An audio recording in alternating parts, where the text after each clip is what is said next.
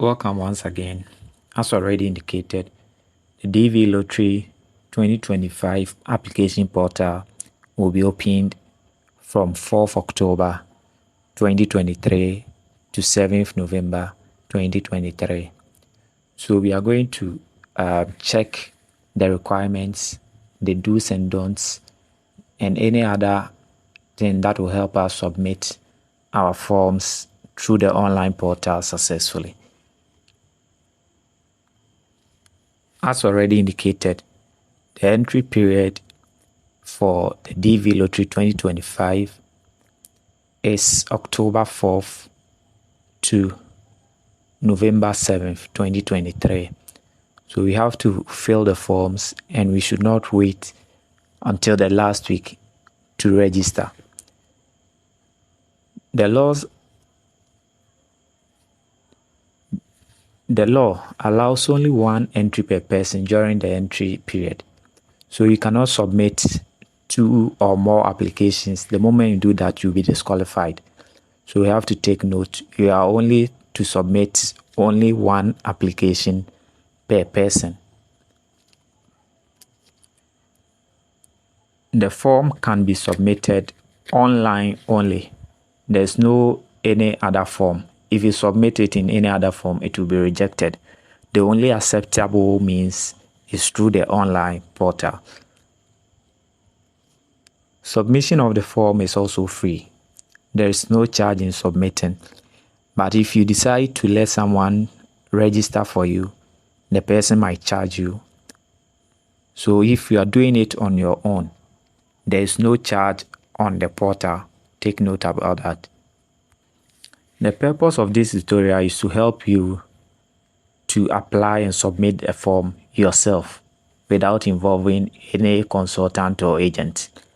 But if you decide to let someone do it for you, make sure you are present to provide correct answers to the questions. And then make sure you get your unique confirmation number after submission of the form. Then you print it and then you keep it well. You also have to make sure that the email that you use to create or submit the form is accessible to you. So make sure you have access to that email account, as you'll be using that one after the application is over and the results are out. After submitting the application, you get a confirmation with a code which is unique to you. You have to make sure you save that confirmation code, and I'll suggest if you use your phone to do it, or even if it is your computer, you screenshot it and send it to your mail. Send it to your mail or send it to someone's mail so that you can easily access it anytime and anywhere. You can also upload it to your Google Drive or that of the Hotmail, that is OneDrive. So save it on your cloud so that you can access it anytime, anywhere from May 4th. From May 4th, 2024. Okay, let's now look at some of the details that will be required whilst filling and submitting the forms. The obvious one that we all know is your name. Your last name or the family name or the surname, then your first name, and then the middle name. If you do not have a middle name on your passport, do not include that middle name on the forms. So use the names on your passport to fill the portal. Any name that is not on your passport, do not include it. You indicate your gender or your sex, that's male or female, your date of birth, day, month, and year, the city where you were born, the country where you were born, and you also upload your recent photograph. That is a passport picture which was taken within the last 6 months. Do not upload a picture which is more than 6 months. If you are married, you have to include your spouse's own and it should meet the same requirement. If you have children under 21 years who are not married, you also have to include their details and their pictures too. They all should meet the requirements that have been stated. The next item will be your mailing address, the city, the district where the box is, then the postal code or zip code of your country. And then the next one is the country where you live, your phone number, which is optional, but I advise you include it. And as already indicated, your email address. You also have to indicate your highest level of education. The minimum should be a high school, that is a SHS here, or 12 years of formal education. You have the option to select from primary school only, some high school, no diploma, high school diploma, vocational school, some university courses, university degree, some graduate level courses, master's degree, some doctoral level courses or doctorate. So these are the options that you be selecting from. You also indicate your current marital status, whether you are married and your spouse is not a U.S. citizen, or you are married and your spouse is a U.S. citizen. You enter the name, the date of birth, gender, the birth country of your spouse, and then a photograph of your spouse. As we've already indicated, if you are married, the details that you provide for yourself, you provide the same details for your spouse. You must list your spouse even if you are currently separated from them, unless you are legally separated. You will not be penalized if you choose to enter the name of your spouse from whom you are legally separated. If you are not legally separated by a court order, you must include that spouse in your application, even if you plan to divorce before you apply for the DV, or your spouse does not intend to immigrate with you. You also list the number of children that you have, as already indicated. You list their names, their date of birth, their sex or gender, the city or town of birth, the country of birth of all your living children. And then any child or children that you have who are under 21 years and are unmarried, you list all their names and then the details that have been mentioned. And then you also submit individual photographs of each of your children. In listing your children, you have to make sure that you include all your living natural children, all living children legally adopted by you, all living stepchildren who are unmarried and under the age of 21 years on the date of your electronic entry.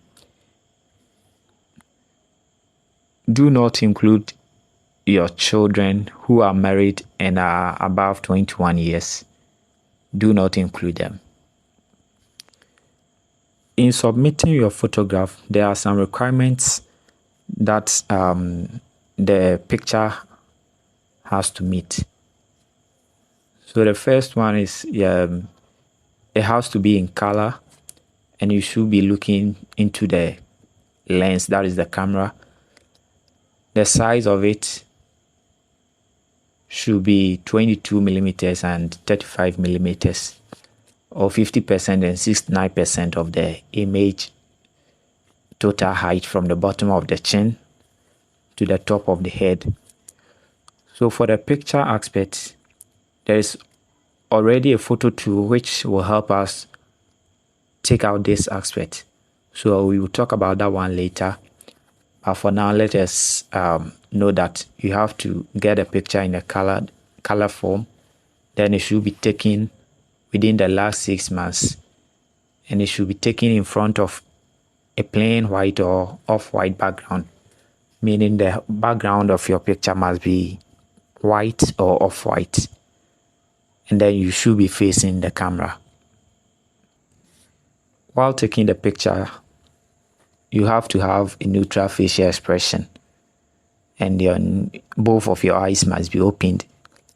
You have to take the picture in a clothing that you normally wear on a daily basis. You should not wear uniforms to take the photograph. Do not wear any hat or any head covering. Do not wear eyeglasses. Do not wear headphones, wireless hands-free devices, or any other similar items to take the photograph. If you have a baby or a toddler that you'll be taking the photograph of, it might be very difficult for you taking the picture of that child. So you can lay the child or the baby on a plain white or off-white sheet. So the child's back will be on the background. Then the child will be facing up. Then you take the photograph so that after it you have a plain background of white or the off-white. Then make sure that there's no shadow on the baby's face if you are taking the picture from above with the baby lying down. If you put the child in a seat, make sure you cover the seat with the white background or off-white. Then you take the picture. Make sure the baby's head is supported. For the educational or work experience, you must have at least a high school education or its equivalent, or you must have 2 years of work experience within the past 5 years in an occupation that requires at least 2 years of training or experience. There is no minimum age for you to apply. But if you check the requirements where you should have at least 12 years of educational experience, it will mean that it is possible if you are 18 years, you will not qualify for it. So there's no age limit. Concerning the spouse, if you are married, you can submit your form and then include your spouse. After you've submitted your forms, the spouse can also fill his part, then include you as the spouse. So in all, you'll be applying or submitting 2 different applications where one of you will fall under the other. So the husband fills his own first, then includes the wife. After that, the wife fills in her own and then includes the husband. So that is for the spouse aspect. One person fills and then include one, then the other person fills and then include the other one too. Parents and siblings cannot be included under you as dependents. It is only your children who are below 21 years and are not married, and then your spouse. So no parents, no sibling. While filling the form, you cannot save it and complete it later. You do it at a go. You start, you finish, you get your confirmation number, you save it, you are done. You can't start and then come back and complete later. There's no save button. So make sure you have all the requirements ready, the names, the details, then the photograph, so that you submit everything whilst you are filling yours. So you fill all at once. So if you have 3 children, it means you have to have all their pictures, their details, then the spouse, so that when you start, you finish with everything, including their own. Then you submit for your confirmation code. After submitting, You wait. On May 4th, 2024, results will be out. Then you all come back to the portal to check if you have been successful. So that's all for the requirements for the DV Lottery 2025. It is a very simple portal where you can finish filling the form in less than 5 minutes if you are single and you do not have any child, because you submit it, you submit only one, that is for yourself. But if you have other dependents like the wife or a husband or children, that might take some few minutes to finish. So you have to take note of that. Now let's look at the photo tool that is available for you to crop your image to the correct size. You can now pause the video to check the website and then copy it. If you've not taken your photographs already, you can use this week to get your pictures and the other details of your dependent, the wife or the husband, and then the children. Now, if you have everything intact, open the website that you just got. Click on choose photo, go through your folder, select your image. It will automatically crop to the correct size that the system will accept. After cropping it, click on accept and proceed. Then it will show you how your picture will be like. Click on download image to your device, choose the folder and click on download. Then wait for it to finish downloading. So after it finishes, you can see it on your device. So this is the after and this is the before. So take this moment, get all your details ready, and then start the application now.